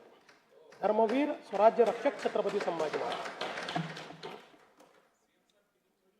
सातारा जिल्ह्यातील अजिंक्यतारा किल्ल्याचे तसेच संगम माहुली, सातारा येथील महाराणी ताराबाई आणि छत्रपती शाहू महाराज यांच्या समाधीस्थळाचे जतन, संवर्धन व जीर्णोद्धार करण्यात येईल.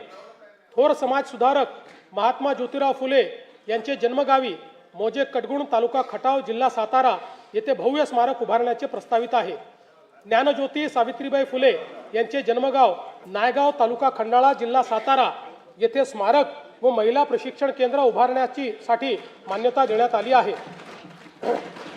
मराठी भाषेतील साहित्य व ग्रंथ अन्य भाषांमध्ये तसेच अन्य भाषातील दर्जेदार साहित्य मराठी भाषेमध्ये अनुवादित करण्यासाठी यशवंतराव चव्हाण महाराष्ट्र अनुवाद अकादमी स्थापन करण्याचे प्रस्तावित आहे. वनसंपदेने समृद्ध चंद्रपूर जिल्ह्यातील बल्लारपूर येथील सागवान वारशाचे जतन, संशोधन व जनजागृतीसाठी टिंबर म्युझियम व झायलेरियम उभारण्याचे प्रस्तावित आहे.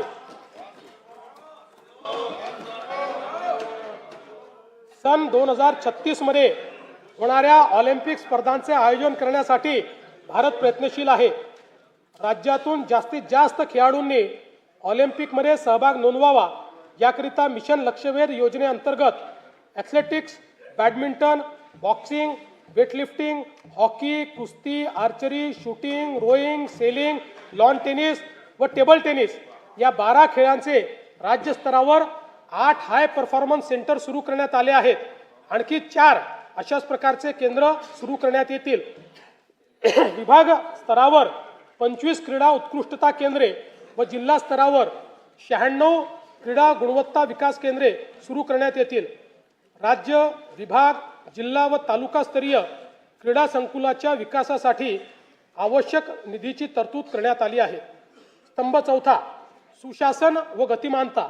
उपक्षेत्र 1 प्रशासन. आर्थिक व सामाजिक गरजानुसार प्रशासकीय व्यवस्थेची पुनर्रचना करणे. अधिकारी कर्मचारी यांचे सेवा प्रवेश नियम ते निवृत्तीपर्यंत सेवा प्रक्रिया स्वयंचलित पद्धतीने करणे आणि कृत्रिम बुद्धिमत्तेचा आणि खाजगी क्षेत्राच्या साहाय्याने नागरी सेवा पुरविण्यात अव्वल राज्याचा दर्जा प्राप्त करण्याचे आपले ध्येय आहे. विकसित महाराष्ट्र 2047 कडे वाटचाल करीत असताना पारदर्शक, गतिमान आणि उत्तरदायी सुशासनाचे उद्दिष्ट साध्य करणे आवश्यक वाटते. त्याकरिता प्रशासकीय विभागांचे सेवा प्रवेश नियमांचे एकत्रीकरण, प्रमाणीकरण आणि सुलभीकरण करण्यात आले आहे. महायुती सरकार स्थापन झाल्यानंतर आतापर्यंत 1,20,000 पदभरती करण्यात आली असून पुढील कालावधीत टप्प्याटप्प्यात महाराष्ट्र लोकसेवा आयोग व इतर यंत्रणांच्या माध्यमातून आणखी 75,000 पदांची पदभरती करण्यात येणार आहे. राज्यातील नागरिकांना शासकीय योजना आणि सेवा सहज, सुलभ आणि उत्तरदायी पद्धतीने देण्याकरता शासकीय प्रक्रिया पुनर्रचना उपक्रम हाती घेण्यात आला आहे. या अंतर्गत अर्ज प्रक्रियेमधील अनावश्यक माहिती, कागदपत्रे तसेच छाननी प्रक्रियेचे टप्पे व लागणारा कालावधी लक्षणीयरित्या कमी करण्यात येत आहे.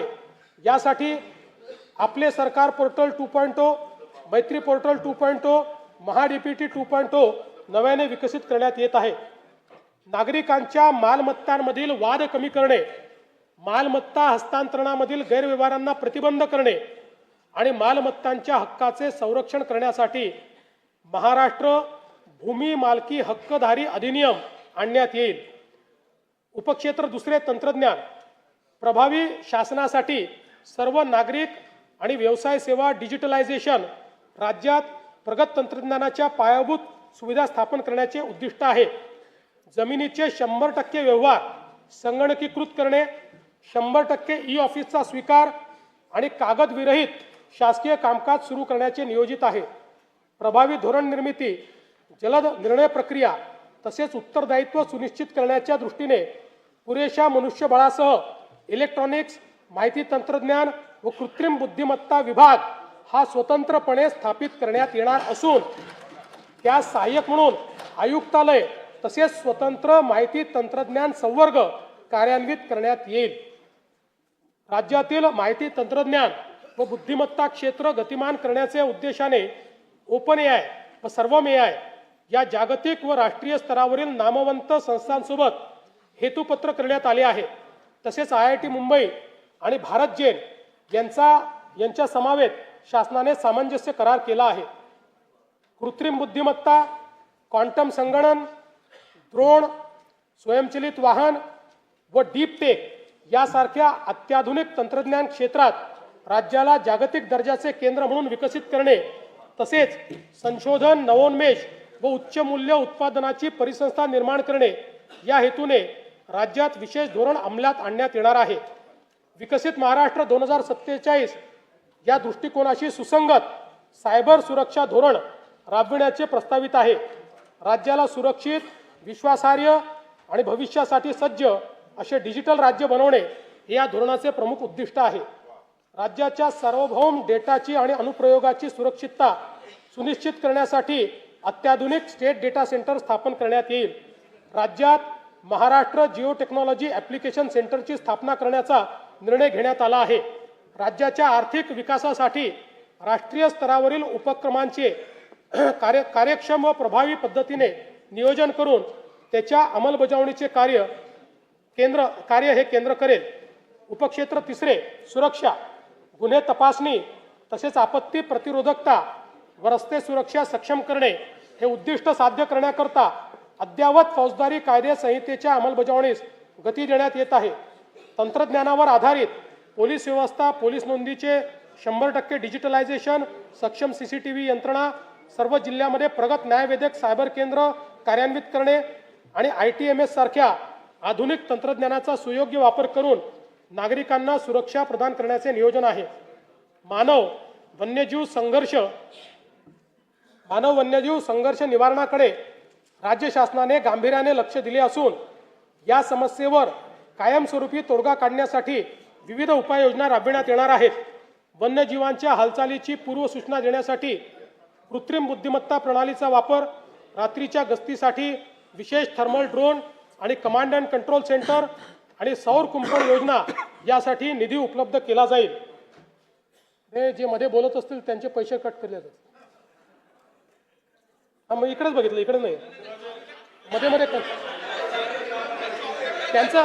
त्यांचं बजेट कट केलं जाईल.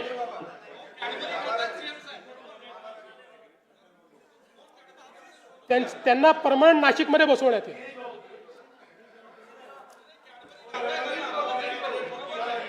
विकसित महाराष्ट्र 2047 उपक्रमाअंतर्गत स्मार्ट पोलिसिंग आणि न्यायदानासाठी अत्याधुनिक तंत्रज्ञानाचा वापर वाढविण्यासाठी महाराष्ट्र पोलीस दलाकरता बॉडी वोर्न कॅमेरा उपलब्ध करून देण्याबाबतची कारवाई 3 वर्षात टप्प्याटप्प्याने करण्यात येईल. राज्यात 21 पथदर्शी फिरती न्यायवेधक वाहने लोकार्पित करण्यात आली असून सायबर सुरक्षा स्थिती आणि नागरिकांची सुरक्षा सुधारण्याकरता महाराष्ट्र सायबर गुन्हे सुरक्षा महामंडळ कार्यान्वित करण्यात आले आहे. नैसर्गिक व मानवनिर्मित आपत्तीचे सौम्यीकरण करण्यासाठी संशोधनात्मक अभ्यासपूर्ण व्यवस्थापनाकरता राज्यात राज्य आपत्ती व्यवस्थापन संस्था मिहान नागपूर येथे स्थापित करण्यास मान्यता देण्यात आली आहे. राष्ट्रीय आपत्ती प्रतिसाद दलाच्या धर्तीवर राज्य आपत्ती प्रतिसाद दलाची स्थापना करून त्यांच्या 4 तुकड्या स्थापन करण्यास मान्यता देण्यात आली आहे. उपक्षेत्र 4 वित्त. डर मुझे भी लगा फासला देखकर, डर मुझे भी लगा फासला देखकर, पर मैं बढ़ता गया रास्ता देखकर. खुद ब खुद मेरे नजदीक आती गई मेरी मंजिल मेरा हौसला देखकर.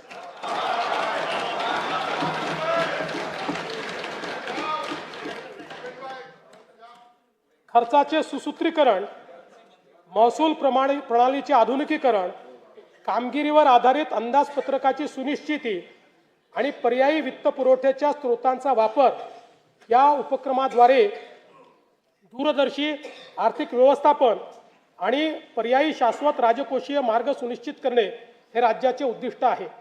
विकसित महाराष्ट्र 2047 चे स्वप्न साकार करण्यासाठी सार्वजनिक गुंतवणुकीबरोबर खासगी गुंतवणुकीची आवश्यकता आहे. त्याकरिता महाराष्ट्र सार्वजनिक खासगी भागीदारी धोरणास मान्यता देण्यात आली आहे. या धोरणामुळे राज्यातील पायाभूत सुविधांच्या विकासासाठी मोठ्या प्रमाणावर भांडवल उपलब्ध होऊन अर्थव्यवस्थेला गती मिळेल. देशाच्या एकूण वस्तू व सेवा कर संकलनात राज्य देशात प्रथम क्रमांकावर असून राज्याचा महसूल वाढीचा दर देशाच्या सरासरीपेक्षा जास्त आहे. वस्तू व सेवा कर दराच्या पुनर्रचनेमुळे उत्पादन व उपभोग यामध्ये सकारात्मक वाढीचा दर दिसून येतो आहे. सन 2025-26 च्या अंदाजपत्रकात 5,60,964 कोटी रुपये महसुली जमा अपेक्षित केली होती. महसुली जमेचे सुधारित अंदाज हे 6,01,489 कोटी रुपये निश्चित करण्यात आले आहे. 6,01,489 कोटी.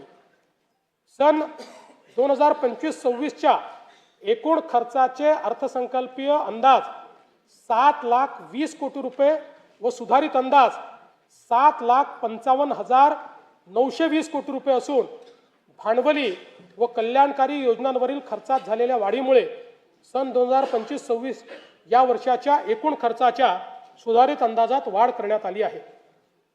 सन 2026-27 या आर्थिक वर्षात जिल्हा वार्षिक योजनेअंतर्गत 21,867 कोटी रुपयांची भरीव तरतूद करण्यात आली आहे.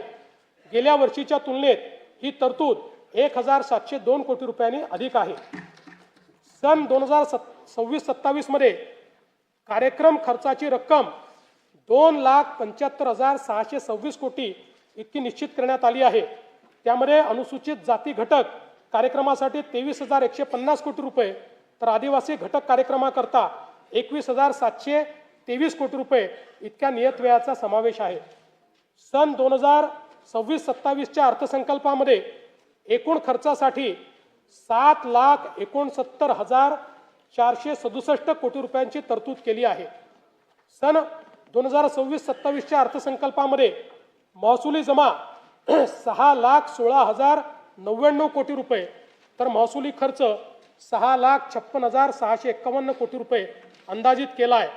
परिणामी 40,552 कोटी रुपये अंदाजित तूट येत आहे. राजकोषीय सुधारणांमध्ये राज्य नेहमीच अग्रेसर राहिला आहे. राजकोषीय उत्तरदायित्व व वित्तीय व्यवस्थापन कायद्यानुसार राजकोषीय तूट स्थूल राज्य उत्पन्नाच्या 3% कमी ठेवण्यात यंदाही शासन यशस्वी ठरले आहे। तसेच राज्याची महसुली तूट ही देखील सातत्याने स्थूल राज्य उत्पन्नाच्या 1% कमीच राहिलेली आहे। सन 2026-27 ची राजकोषीय तूट 1,50,491 कोटी रुपये आहे। यानंतर मी अर्थसंकल्पाच्या भाग 2 कडे वळतो। माननीय अध्यक्ष महोदय, आता मी अर्थसंकल्पाचा भाग 2 माननीय सभागृहासमोर सादर करीत आहे। सन 2025-26 या आर्थिक वर्षासाठी राज्याचा स्वतःचा कर महसुलाचा सुधारित अंदाज रुपये 4,09,593 कोटी आहेत। सन 2026-27 या आर्थिक वर्षात राज्याच्या स्वतःच्या कर महसुलाचे अर्थसंकल्पीय उद्दिष्ट 4,15,653 कोटी एवढे निश्चित करण्यात आले आहे। एक BS4 व त्यावरील प्रदूषणाची मानके असलेले वाहन निष्कासित करून नवीन वाहन खरेदी करताना मोटर वाहन करामध्ये 16% व BS3 व त्याखालील प्रदूषणाची मानके असलेले वाहन निष्कासित करून नवीन वाहन खरेदी करताना मोटर वाहन करामध्ये 30% सूट देण्याचे प्रस्तावित करण्यात येत आहे। BS4 व त्याखालील वायू प्रदूषणाची मानके असलेल्या परिवहनेतर खाजगी संवर्गातील वाहनांच्या पर्यावरण करामध्ये दुचाकी वाहनांवर रुपये 2,000 वरनं रुपये 4,000, हलके मोटर वाहन पेट्रोल कार यावर 3,000 वरनं रुपये 6,000 व हलके मोटर वाहन डिझेल कार यावर रुपये 3,500 वरनं रुपये 7,000 एवढी वाढ करण्याचे प्रस्तावित करण्यात आले आहे। नाही, यांनी फक्त 160 कोटीच मिळणार आहेत, पण हे याकरता केलं आहे की आपल्याला आता पुढे EVला त्या ठिकाणी बळ द्यायचा आहे आणि असे प्रदूषण करणारी वाहनंही कमी झाली पाहिजे। म्हणून सध्या राज्यात क्रेन आरोहित वाहने क्रेन माउंटेड व्हेकल यांना वाहन किमतीच्या 7% प्रमाणे एक रकमी कर आकारण्यात येतो। अशा वाहनांना मोटर वाहन कराची कमाल मर्यादा म्हणजेच रुपये 30 लाख करण्याचे प्रस्तावित आहे। महाराष्ट्र मुद्रांक अधिनियम कलम 59, 60, 63A व 68A या कलमांमध्ये कमी मुद्रांकांवर दस्त निष्पादित केल्यास अपराध सिद्धीनंतर सक्त मजुरी व शास्तीची तरतूद आहे। सदर शास्तीच्या रकमेत फेररचना करून 5,000 वरनं 1,00,000 रुपयापर्यंत वाढ करण्याचे प्रस्तावित आहे। यामुळे कमी मुद्रांकावर दस्त निष्पादन करण्याचे प्रमाण नियंत्रणात येईल। प्रगतिशील, शाश्वत, सर्वसमावेशक, सुशासन या 4 सूत्रांना घेऊन हा अर्थसंकल्प मी सादर केला। त्याच सूत्रांवर 4 ओळी सादर करून अर्थसंकल्पीय भाषणाचा मी शेवट करतो। युग नव्या प्रगतीचे शाश्वत आणि दमदार विकासाचे, सुशासन आणि सर्वसमावेशकतेचे, नाविन्यतेचे आणि पारदर्शी प्रामाणिकतेचे सूत्र हेच विकसित महाराष्ट्राचे। वरील प्रस्तावांना सन्माननीय सदस्यांचा पाठिंबा मिळेल असा माझा विश्वास आहे। जय हिंद, जय महाराष्ट्र। सन 2026-2027 या वर्षाच्या अर्थसंकल्प सभागृहात सादर करण्यात आला। अर्थसंकल्पीय प्रकाशने सन्मान्य सदस्यांना महाराष्ट्र शासनाच्या तसेच महाराष्ट्र विधिमंडळाच्या संकेतस्थळावर उपलब्ध करून देण्यात येतील। सभागृहाची पुस्तकं मिळणारच नाही। आता पेपरलेस करायचं आहे आपल्याला। साहेब, आमच्यासारखे लोकांना ते प्रिंटआउट काढता येईल, प्रिंटआउट।